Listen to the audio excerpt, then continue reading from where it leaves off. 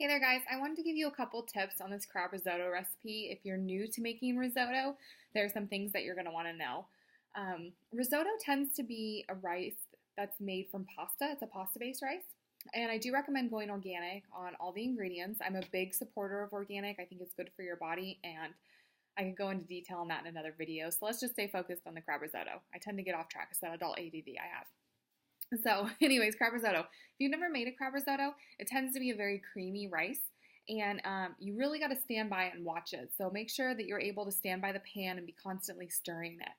You're going to notice in the recipe that I tell you to add the white wine, and you're going to stir it until the white wine evaporates, and then you're going to add the chicken stock or the vegetable broth or whatever it is that you chose to use.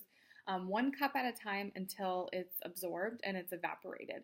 And you're going to notice as you keep adding that the rice is going to get creamier and creamier. So that's normal. Don't let the rice burn or anything like that because it'll ruin the flavor. It's a very touchy rice and it burns quickly. So make sure to stand by when you're making this recipe.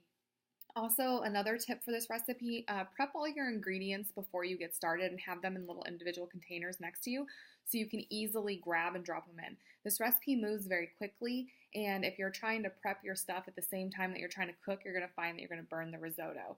Also, don't preheat the crab before you put it in. All crab is cooked, I'm sure most of you know this, but for those of you who don't, all crab is cooked as soon as it comes off the boat to keep it fresh and so you don't get sick. So all crab really needs is to be kind of heated up, and the risotto is so hot when you take it off the pan that when you throw your crab in, it's going to heat it up perfectly. If you try to add the crab in while you're cooking your rice, you're going to overcook the crab and it's not going to be very good. So keep that in mind when you're making this.